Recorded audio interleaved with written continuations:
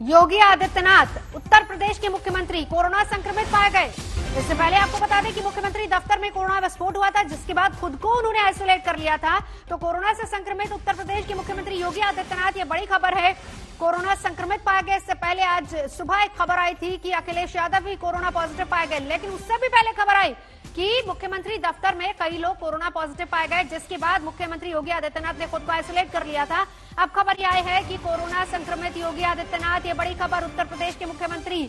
और हालात ऐसे हैं उत्तर प्रदेश में कि मामले लगातार बढ़ते जा रहे हैं। सिर्फ और सिर्फ अगर लखनऊ की बात की जाए तो कुल 18,000 मामले अगर उत्तर प्रदेश में है तो 5300 केस लखनऊ में, प्रयागराज में 1800 मामले सामने आए। ये हालात उत्तर प्रदेश के, लगातार मामले बढ़ते जा रहे। कोरोना से संक्रमित हुए योगी आदित्यनाथ भी।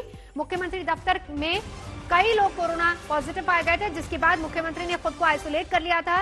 टेस्ट करवाने के बाद अब जो रिपोर्ट आई उसमें यह पता चला है कि वो पॉजिटिव हैं। अभिषेक मिश्रा, क्या खबर?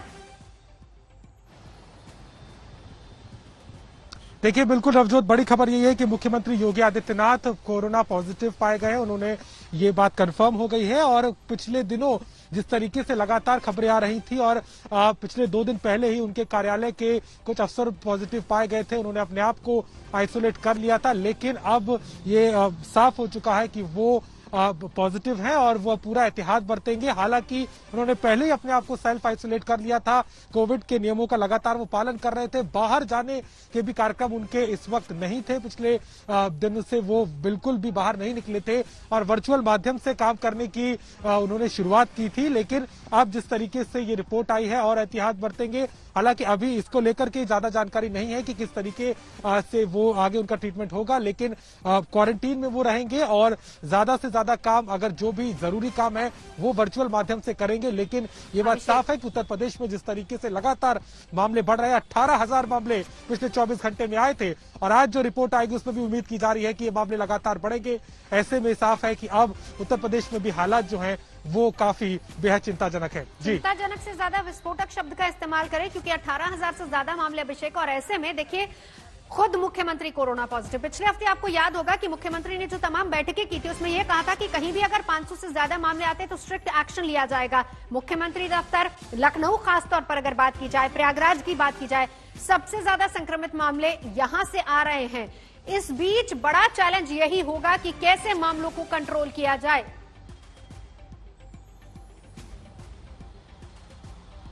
बिल्कुल नवजोत, तो सबसे बड़ा सवाल यही आ रहा है इस समय सरकार के सामने कि मामलों को कैसे रोके। हाईकोर्ट को भी कल ये कहना पड़ा कि नाइट कर्फ्यू का जो तरीका इजाद किया गया, जिसको उपयोग में लाया गया, वो काफी नहीं है। लॉकडाउन पर विचार करें और सख्ती का पालन करने की अब जरूरत है, क्योंकि जो आंकड़े हैं वो बेहद विस्फोटक है। महाराष्ट्र में जिस तरीके से कल विचार हुआ और जनता कर्फ्यू की बात हुई, उत्तर प्रदेश में भी उसकी जरूरत बहुत ज्यादा लगती है।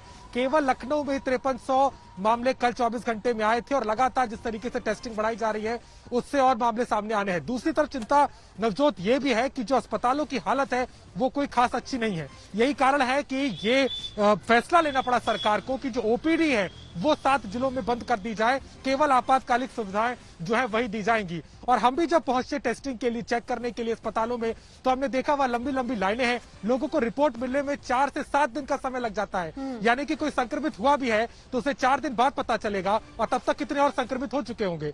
तो ये इस समय कहानी उत्तर प्रदेश की। और अब जिस तरीके से मामले लगातार सामने आ रहे हैं, ये बात साफ है कि आगे भी स्थिति और भी विस्फोटक हो सकती है अगर इसको लॉकडाउन या फिर जनता कर्फ्यू के जरिए नहीं रोका गया तो। जी देखिए, स्थिति और हालात अभिषेक काफी खराब हो रहा है। ऐसे में खुद मुख्यमंत्री संक्रमित पाए गए, उनके स्टाफ मेंबर्स कई संक्रमित पाए गए हैं। उधर दूसरी तरफ देखिए, अखिलेश यादव ने आज सुबह ट्वीट करके बताया वो संक्रमित है। तो जाहिर सी बात है हालात काफी खराब है। ऐसे में अगर टेस्टिंग रिपोर्ट इतनी देरी से आएंगी, वो भी तब जबकि मुख्यमंत्री, हेल्थ मिनिस्टर, सभी लोग बराबर इसको लेकर अपनी तरफ से गाइडलाइंस जारी कर रहे हैं। ये सबसे बड़ी चिंता है और खास तौर पर 18,000 का नंबर, ये भी चिंता का विषय है। बिल्कुल नवजोत, और यही सबसे बड़ा सवाल इसलिए भी पैदा हो रहा है क्योंकि अगर मुख्यमंत्री और अखिलेश यादव जो कि विपक्ष के बड़े नेता हैं और तमाम मंत्री इस वक्त भी कोरोना पॉजिटिव हैं। आशुतोष टंडन की मैं बात करूं, वो भी इस वक्त कोरोना पॉजिटिव है। इसके अलावा और भी ऐसे मंत्री हैं जो लगातार पिछले दिनों पंचायत चुनाव के मद्देनजर बीजेपी का प्रचार चल रहा था, वो जगह जगह गए, वहां पे उन्होंने प्रचार भी किया। और अब इस समय स्थिति ऐसी है कि अफसरशाही से लेकर अस्पतालों के जो चिकित्सक हैं वो भी पॉजिटिव हो रहे हैं। केजीएमयू में इतने मामले सामने आए, राम मनोहर लोहिया अस्पताल में भी डॉक्टर्स और स्टाफ लगातार वहां पर पॉजिटिव होते जा रहे हैं। तो आप अंदाजा लगा सकते हैं कि जिन लोगों के ऊपर पूरा दारोमदार है इस व्यवस्था को बनाने का, जांचें करवाने का, वही अगर इस तरीके से संक्रमित होते जाएंगे तो आम जनता का क्या होगा। आप जिस तरीके से लगातार मामले बढ़ रहे हैं, सरकार ने हालांकि ना तो लॉकडाउन पर विचार किया है ना ही जनता कर्फ्यू पर, केवल नाइट कर्फ्यू इस वक्त लागू है। लेकिन नाइट कर्फ्यू में भी जिस तरीके की तस्वीरें दिखती हैं वह लोग अभी भी संजीदा नहीं है, जबकि मामले इतने बढ़ चुके हैं। और सबसे बड़ी समस्या अगर मैं आपको बताऊं तो उत्तर प्रदेश में वो प्रवासियों की है जो लगातार महाराष्ट्र से उत्तर प्रदेश में आ रहे हैं, उनकी संख्या लगातार बढ़ रही है और ये भी एक संक्रमण का बड़ा कारण बनते जा रहे हैं। बिल्कुल, नजर आप बना रखिए। अभिषेक, शुक्रिया पूरी जानकारी के लिए। प्रॉपर मास्क पहने, सोशल डिस्टेंसिंग का पालन करें और सुरक्षित रहें।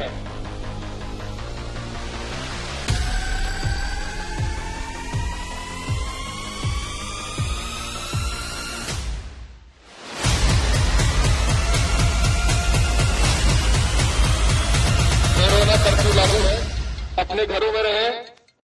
महाराष्ट्र की तरह देश को उत्तर प्रदेश ने भी चौंकाया है, जो खुद अपना रिकॉर्ड तोड़ रहा है। उत्तर प्रदेश की बात करें तो हालात लगातार खराब होते जा रहे हैं। इलाहाबाद हाईकोर्ट ने भी लॉकडाउन की वकालत की है।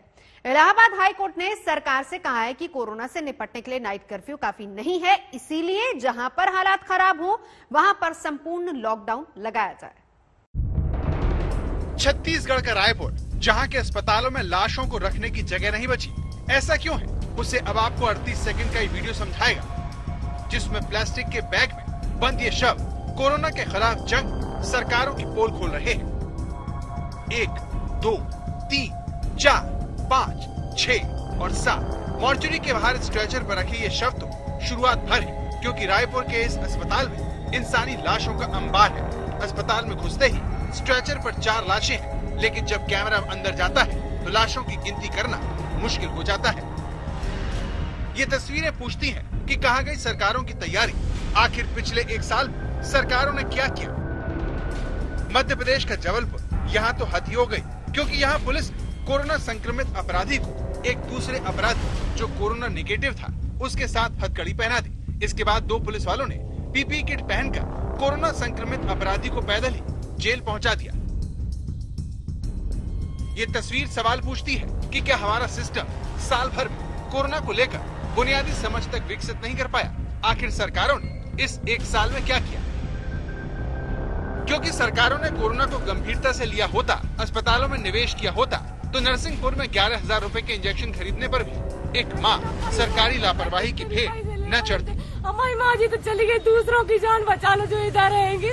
हमारी माँ जी के सामने जो 5 थे वो भी चले गए, सब चले गए। दूसरों की जान बचा लो, हमारी माँ जी चली गई, और भी लोगों की जान बचा लो। बहुत लापरवाही कर रहे हैं डॉक्टर, बहुत। हालात ये हो गए कि सिस्टम में छेद ढूंढने वालों या फिर यूं कहें हालात स्वीकार करने वालों में राज्यों के कैबिनेट मंत्री भी शामिल हो गए हैं। उत्तर प्रदेश के कैबिनेट मंत्री ब्रजेश पाठक ने मुख्य सचिव और अपर मुख्य सचिव को चिट्ठी लिखकर राज्य की हकीकत सबके सामने लाकर रख दी है। अत्यंत कष्ट के साथ सूचित करना पड़ रहा है कि लखनऊ में स्वास्थ्य सेवाओं का अत्यंत चिंताजनक हाल है। मुख्य चिकित्सा अधिकारी के कार्यालय में फोन करने पर अक्सर फोन का उत्तर नहीं मिलता, जिसकी शिकायत चिकित्सा और स्वास्थ्य मंत्री को करने पर फोन तो उठता है, लेकिन सकारात्मक काम नहीं होता। एम्बुलेंस भी पेशेंट्स को समय पर नहीं मिल पाती। फोन से बुलाने पर 5-6 घंटे लग रहे हैं। सीएमओ ऑफिस से भर्ती की स्लिप मिलने में 2-2 दिन का समय लग रहा है। इतिहासकार योगेश प्रवीण की इसलिए मौत हो गई क्योंकि 2 घंटे तक उन तक एम्बुलेंस नहीं पहुंची। वो कोरोना संक्रमित थे और उनकी हालत बिगड़ रही थी। परिजनों ने तमाम कोशिश की, बावजूद उसके उन तक नहीं पहुंची सेवा सहायता, इसकी वजह से उनकी मौत हो गई। योगेश प्रवीण लखनऊ के जाने माने इतिहासकार हैं और उन्होंने 3 दर्जन से ज्यादा किताबें इतिहास पर और भारतीय संस्कृति पर लिखी हैं। खासतौर पर लखनऊ नामा और दूसरी किताबें उनकी बहुत चर्चित रहीं, जिसमें लखनऊ के कल्चर, संस्कृति और यहाँ के लोगों के विचारों को लेकर के उन्होंने काफी विस्तार से बताया है। उत्तर प्रदेश में लखनऊ कोरोना से सबसे ज्यादा प्रभावित हुआ है, जिसके बाद वहां अस्पताल से लेकर शमशान तक जनता शिकायतें कर रही है, जिसे लेकर ब्रिजेश पाठक ने चिट्ठी लिखी कि वर्तमान कोविड-19 जनित परिस्थितियों में जबकि हर दिन 4 से 5 हजार कोरोना के रोगी जनपद में मिल रहे हैं, ऐसे में कोविड अस्पतालों में बेड की संख्या अत्यधिक कम है। लखनऊ में प्राइवेट पैथोलॉजी सेंटरों में कोविड की जांच बंद करा दी गई है और सरकारी अस्पतालों में कोविड की जांच में कई दिनों का समय लग रहा है। चिकित्सा विभाग के एक बड़े अधिकारी ने मुझे बताया कि उन्हें प्रतिदिन 17,000 किट जांच के लिए चाहिए, लेकिन सिर्फ 10,000 किट उपलब्ध हो पा रही है। गौर करने वाली बात यह है कि 12 तारीख यानी सोमवार को मंत्री जी ने चिट्ठी लिखी, जबकि 4 दिन पहले वो जनता को सभी संसाधन होने का आश्वासन दे रहे थे। मतलब सिर्फ 4 दिन में ही उनके सुर बदल गए। जितने अस्पताल हैं उनके संबंधित अधिकारियों को हमने अलर्ट रहने के लिए कहा है, अतिरिक्त बेड से इंतजाम करने के लिए कहा है। हमारी सरकार हर स्तर पर तैयार है। मंत्री जी ने दावा तब किया जब सूबे में कोरोना के 24 घंटे में 8,490 नए केस मिल रहे थे, जो 9 अप्रैल को 9,695, 10 अप्रैल को 12,787, 11 अप्रैल को 15,353 और आज पिछले 24 घंटे में 18,000 से ज्यादा केस सामने आए। इसमें लखनऊ में सबसे ज्यादा 5300 कोरोना के मरीज मिले। तो आंकड़ों ने मंत्री जी को हकीकत के दर्शन करवा दिए और शायद उन्होंने अपना डर चिट्ठी के जरिए जारी किया। अस्पतालों और सड़कों पर ही बुरे हाल नहीं है, बल्कि शमशान गृह और जो शवदाह गृह है वहाँ भी हालात खराब हो रहे हैं। लोग इंतजार कर रहे हैं एम्बुलेंस के भीतर अपनी बारी का, लाशों के अंतिम संस्कार के लिए, लेकिन उनका नंबर नहीं आ रहा है।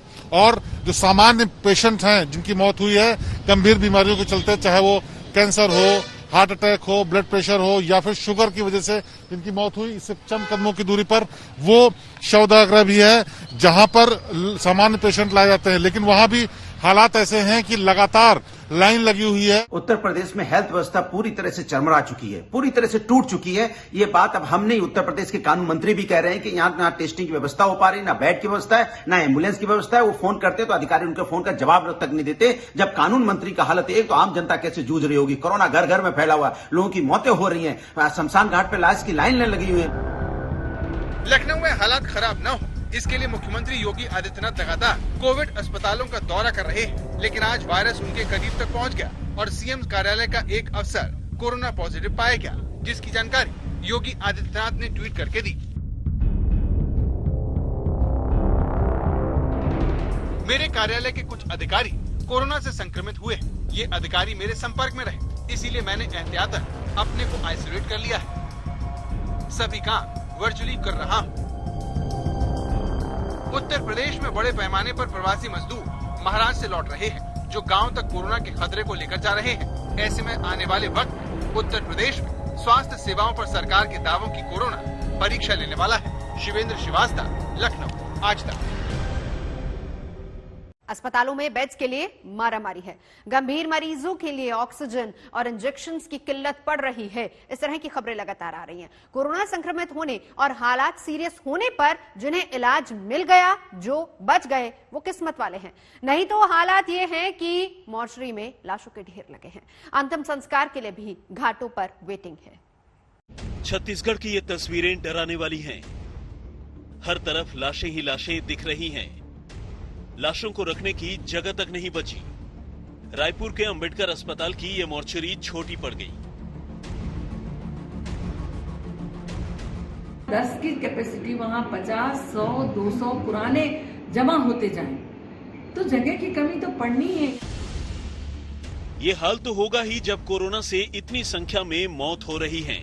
छत्तीसगढ़ में मौत का आंकड़ा अब रोजाना 100 के पार जा रहा है। न मोर्चरी में जगह बची है, न शमशान घाट खाली है। अंतिम संस्कार में भी वेटिंग है। पूरे देश में जहां जहां कोरोना की दूसरी लहर का कहर है, वहां वहां यही हाल है। कोरोना से मौत पर दिल्ली के शमशान घाटों में चिताएं रिजर्व की गई हैं। वैसे तो लखनऊ शहर में पिछले एक हफ्ते से शमशान घाट छोटे पड़ गए। अंतिम संस्कार के लिए चबूतरे बढ़ाने पड़े हैं। अंतिम संस्कार के लिए लकड़ियां कम पड़ रही हैं। बाहर से लकड़ियां मंगानी पड़ रही है। घाटों पर 2 शिफ्ट में अतिरिक्त कर्मचारी लगाने पड़े हैं। ये तो लखनऊ की भयानक स्थिति है। झारखंड में रांची का हाल यह है कि कोविड से मौतों पर अंतिम संस्कार के लिए बने इलेक्ट्रिक शवदाह खराब हो गए, जिससे अंतिम संस्कार के लिए घंटों इंतजार करना पड़ रहा है। और इसके बाद अफरा तफरी में नदी के घाट पर जैसे तैसे अंतिम संस्कार किए जा रहे हैं। रायपुर से महेंद्र नामदेव, दिल्ली से कुमार कुणाल और लखनऊ से शिवेंद्र श्रीवास्तव के साथ आज तक ब्यूरो। उत्तर प्रदेश में कोरोना की कहर के आगे सारे इंतजाम हवा हो गए हैं। आपको बता दें, सीएम यानी कि मुख्यमंत्री उत्तर प्रदेश के कोरोना पॉजिटिव हो गए हैं और इससे पहले अखिलेश यादव, समाजवादी पार्टी नेता और उत्तर प्रदेश के पूर्व मुख्यमंत्री, वो भी कोरोना पॉजिटिव आए, उनकी रिपोर्ट पॉजिटिव आई है। यूपी में कोरोना के 24 घंटे में कल जो कुल मामले सामने आए हैं 18,000 तक जा पहुंचे हैं, जो कि अपने आप में ये डराने वाला आंकड़ा है। आपको बता दें कि इलाहाबाद हाईकोर्ट ने भी ये बात कही है कि सिर्फ नाइट कर्फ्यू से काम नहीं चलेगा, राज्य सरकार लॉकडाउन के बारे में भी विचार करे।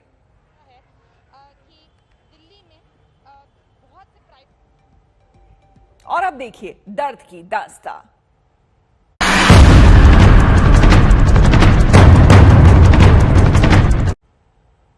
रांची में अस्पताल की दहलीज पर एक पिता ने इलाज के अभाव में दम तोड़ दिया और बेबस बिलखती रह गई बेटी।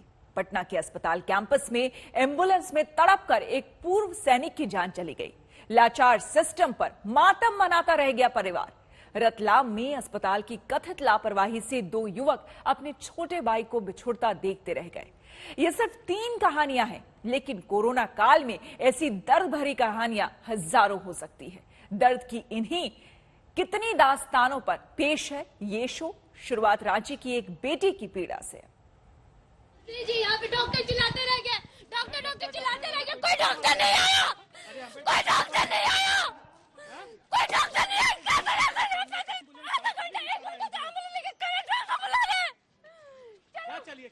क्या चलिए यहाँ का अर्थव्यवस्था इतना खराब है, यहीं पे मरे हैं तड़प के।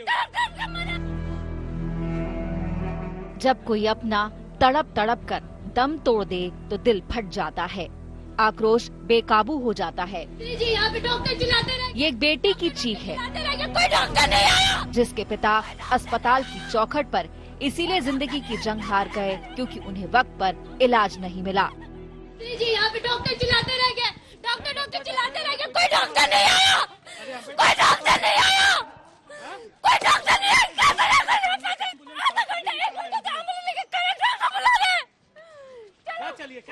क्या चलिए यहाँ का अर्थव्यवस्था इतना खराब है, यहीं पे मरे हैं तड़प के। रांची का ये सदर अस्पताल अपनी बद इंतजामी की वजह से एक पिता की जिंदगी लील गया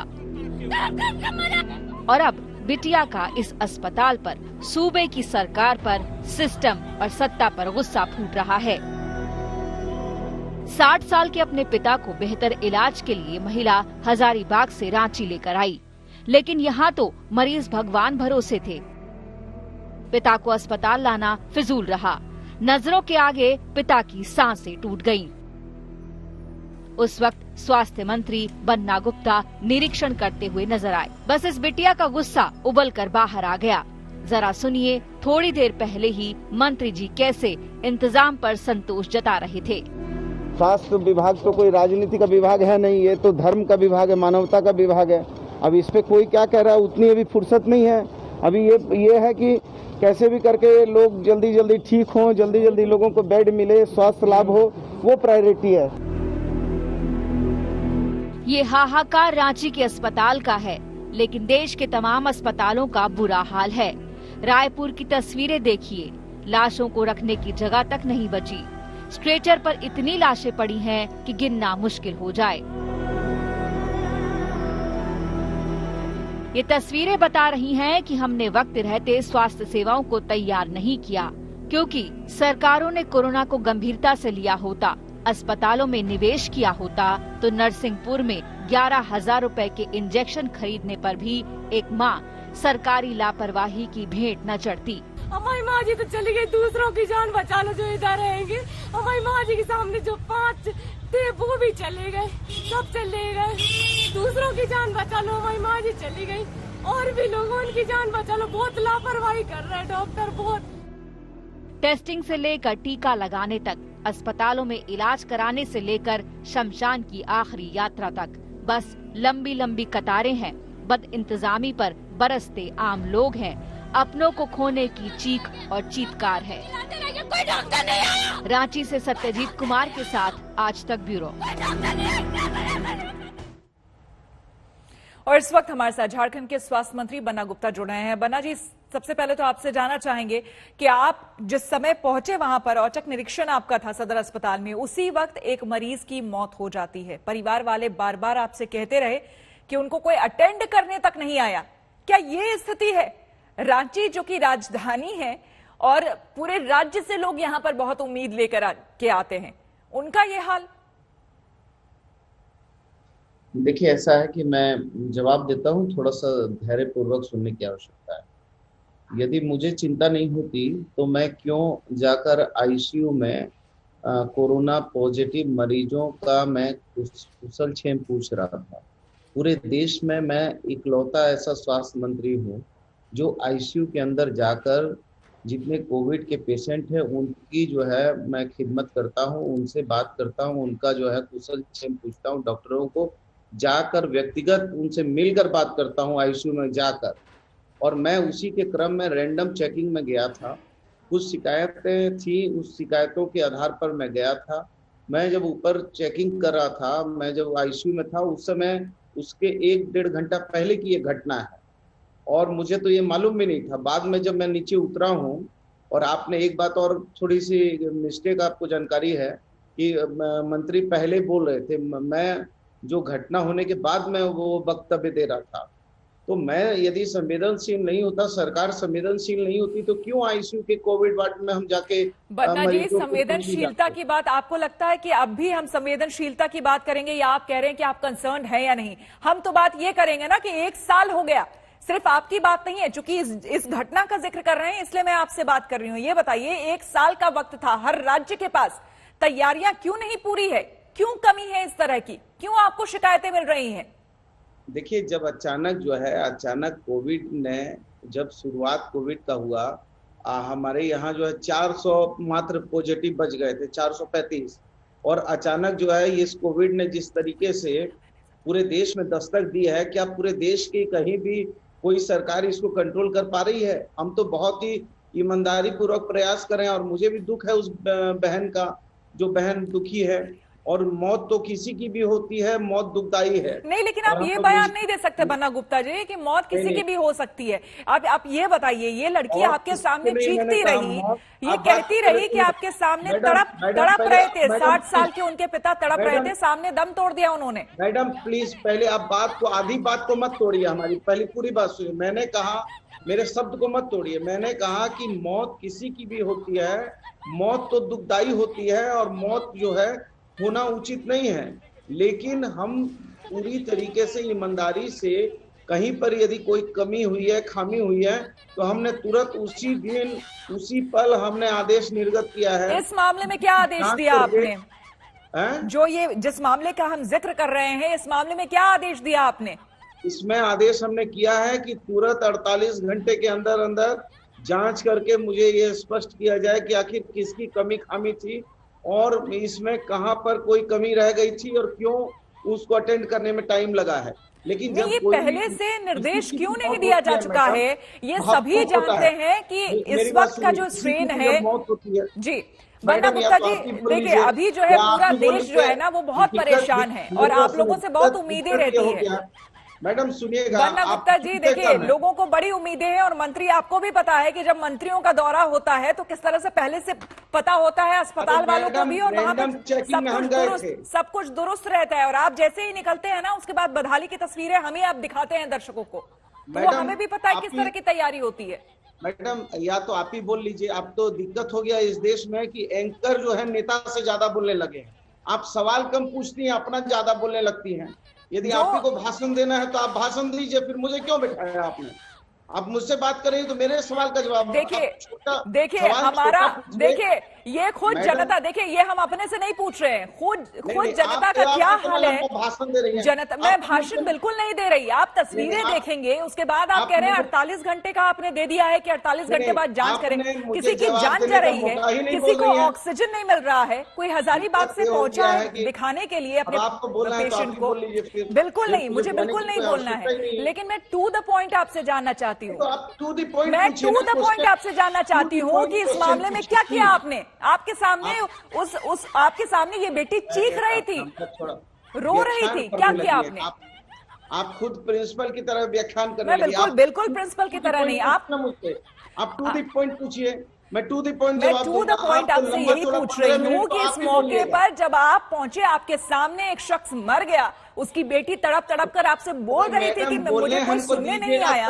बोलेंगे आप बताइए इस मैटर पे, बताइए बोलते रहिए, बताइए इस मैटर पे क्या किया आपने, बताइए। आपका चैनल, आपकी टीवी है, बोलते रहिए आप मुझे बुलाने की आवश्यकता नहीं है। मंत्री जी सुनिए, आप मेरी बात सुनिए मैडम, सुनिए। वहाँ भी आपके लोग ही बोल रहे थे इनको कि आगे चलिए आगे चलिए, वो भी हमने सुना है, इसीलिए प्लीज आप बोलिए। बोल रहे थे, आप गलत बोल रही हैं, वहाँ पर प्रेस के लोग थे, प्रेस वाले लोग बोल रहे थे, आप गजब बात करती हैं। ठीक है, आप बताइए, ठीक है आप बताइए इस मामले में क्या कार्रवाई हुई है। पहली बात, मैं वहाँ किसी को बता के नहीं गया था, मैं वहाँ रैंडम चेकिंग में गया था और मैं वहाँ कोविड के आईसीयू वार्ड में मैं मरीजों को देख रहा था, वहां पर मैं था। मुझे नहीं मालूम है कि नीचे की परिस्थितियां क्या हुई है। बाद में जब मैं वहां से उतरा हूं तब मुझे ये पता चला है, उस बहन को दुखी देखा हूं, उसको रोते हुए देखा हूं। तो मैडम अब आप एक बात ये कर रही है कि मंत्री जाते हैं तो लोग सुधार देते हैं। अरे भाई मैं रैंडम चेकिंग में गया हूँ, किसी को मालूम ही नहीं था कि बन्ना गुप्ता आया है, कोई जानता ही नहीं था वहां बन्ना गुप्ता पहुंचा है। हम तो चुपचाप कोविड वार्ड में आईसीयू में पड़े हुए थे। और यदि कोई कमी खामी हुई है, यदि गड़बड़ी हुई है तो उस पर जरूर कार्रवाई करेंगे, हम कार्रवाई करने से नहीं चुकेंगे। मैडम आपके रैंडम चेकिंग से आपको कुछ वहां पे सदर अस्पताल में खामियां कुछ दिखी, या आपको लगा सब दुरुस्त है? बिल्कुल दिखा। मैं देखिए, मैं वैसा लोग नहीं हूँ। You do a mistake is not a mistake, you do not accept the mistake is the mistake as the mistake, that is the mistake. यदि गलती हो रही है तो हम उसके लिए क्षमा भी मांगेंगे और गलती का रियलाइज नहीं हो इसके लिए काम करेंगे। नहीं तो एक जो सीधी सी बात है, जो बार बार ये लड़की चीख रही है और उसके आंसू बता रहे हैं कि कोई अटेंड तक नहीं करने आया, काफी देर तक उसके पिता तड़पते रह गए। इस पर आपने क्या संज्ञान लिया? आपने डॉक्टरों से पूछा, आपने वहां पर जो लोग थे उनसे पूछा, क्या बताया आपको? मैंने लिखित प्रतिवेदन आते के साथ मैंने लिखित भेज दिया और 48 घंटे के अंदर अंदर उनसे रिपोर्ट मांगी है। यदि आप चाहेंगे तो लिखित की कॉपी भी आपको उपलब्ध करा दूंगा। आपने जो लिखित की कॉपी मांगी है ना, उसके बारे में हम बाद में जानेंगे, लेकिन फिलहाल आपको हम दोबारा सुनवाते हैं। इस लड़की का दर्द आप सुनिए, जिसके परिवार में घटना घटी है, पहले वो सुनिए। मंत्री जी यहाँ पे डॉक्टर चिल्लाते रह गए, डॉक्टर चिल्लाते रह गए, कोई डॉक्टर नहीं आया, कोई डॉक्टर नहीं आया, कोई डॉक्टर नहीं आया।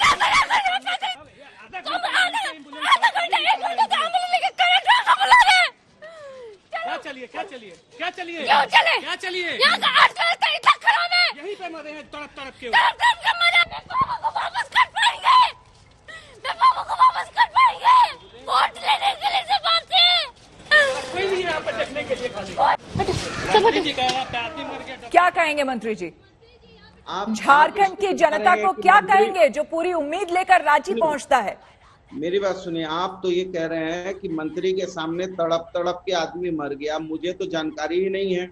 अब कोई जबरदस्ती जो है हमारे ऊपर कोई चीज थोप देगा। जब मैंने आपको सारी बात बता दिया कि मैं कोविड आईसीयू वार्ड में मैं मरीजों से मिल रहा था, डॉक्टरों के साथ में उपस्थित था, मुझे ये जानकारी ही नहीं थी कि कोई घटना हुई है। लेकिन फिर भी यदि कोई घटना हुई है तो उसकी जांच होगी और जांच होने पर दोषियों पर कार्रवाई होगी। चलिए हम उम्मीद कम से कम करेंगे कि ये जांच बहुत लंबी ना चली जाए और आगे इस तरह की घटना ना हो। मैं ये कहाँ इनकार कर रहा हूँ कि कमी खामी नहीं है, मैं तो ये कह रहा हूँ कि कमी खामी है तभी ना रैंडम चेकिंग के लिए जा रहे हैं। और मैं पहला स्वास्थ्य मंत्री हूँ इस भारत का। आपके चैनल में एक भी कोई स्वास्थ्य मंत्री है जिसने कोरोना में कोविड वार्ड में आईसीयू में जाकर बिल्कुल, चलिए आगे से हम यही उम्मीद करेंगे कि आप ये सुनिश्चित करें कि आगे से इस तरह की घटना झारखंड में कम से कम ना हो दोबारा। बहुत बहुत धन्यवाद आपका हमारे साथ जुड़ने के लिए।